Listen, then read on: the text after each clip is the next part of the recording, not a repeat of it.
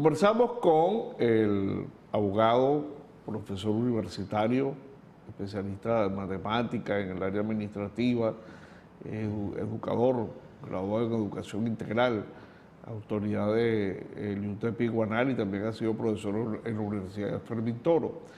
Y hemos tocado algunas situaciones que están aconteciendo en el mundo entero y advirtiendo de alguna manera lo que viene. Entre esas cosas queríamos consultar lo que eso está afectando, entre otras cosas, por ejemplo, el empleo, la dedicación diaria, el trabajo. Hemos tenido conocimiento de casos de consorcios, empresas, que ya están aplicando reducciones importantes en su componente.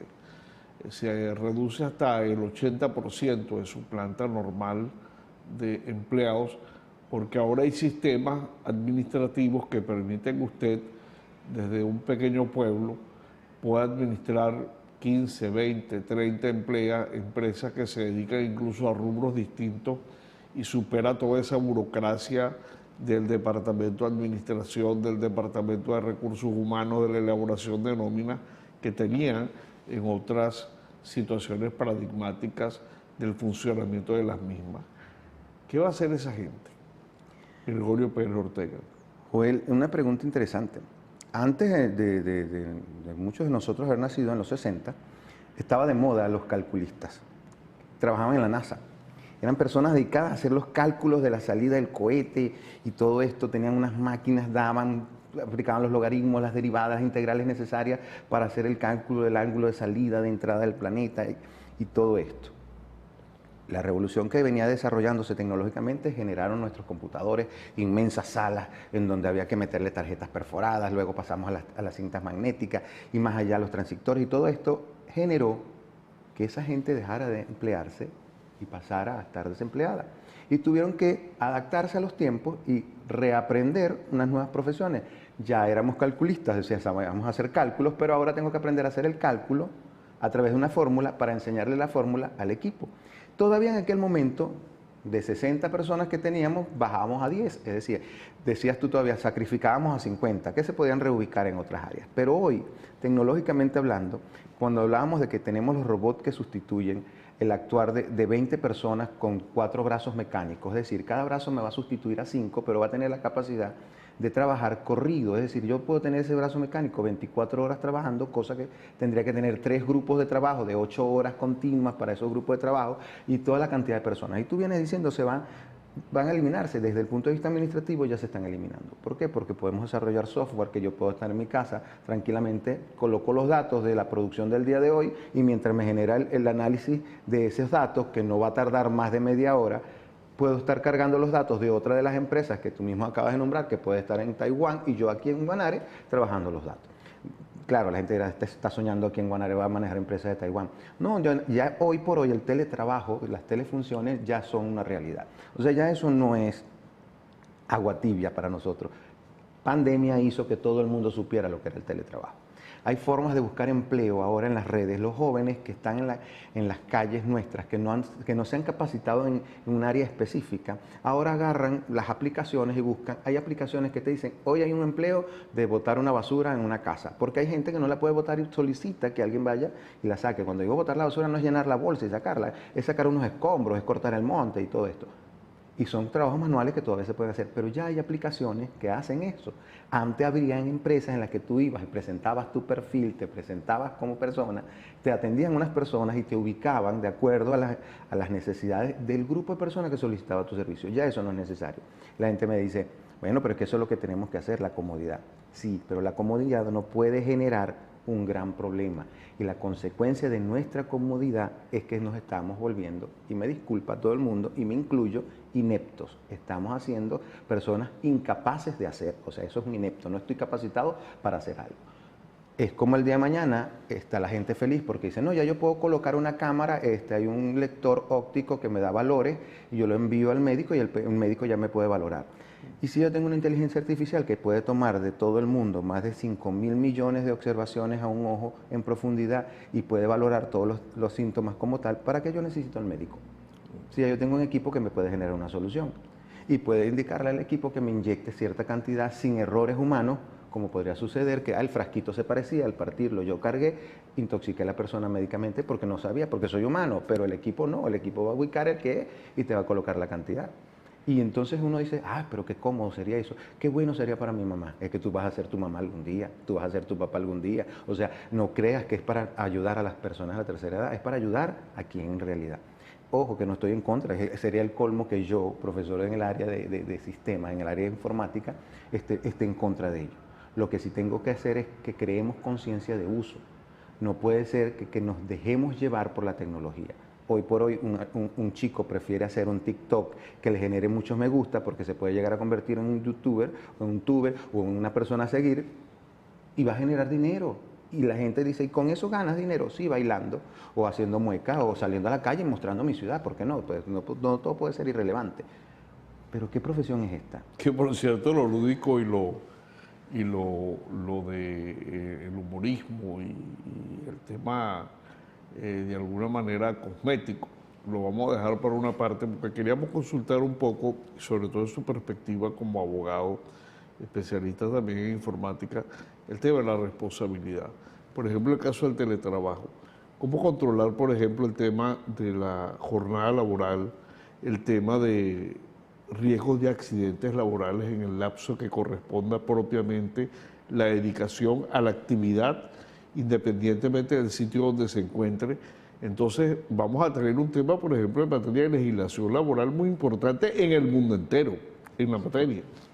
Fíjate tú que eso ha generado, ya han empezado algunos países a trabajar en función a ello. Nosotros no hemos llegado todavía a ese dolor de cabeza porque el teletrabajo en Venezuela todavía no es una realidad profunda. Está, pero no es una realidad profunda. Pero hay países, vámonos a lo último que estuve leyendo sobre España, por ejemplo. Gracias a pandemia se han tenido que ir actualizando el desarrollo legal o la estructura legal en el área laboral. ¿Qué pasó?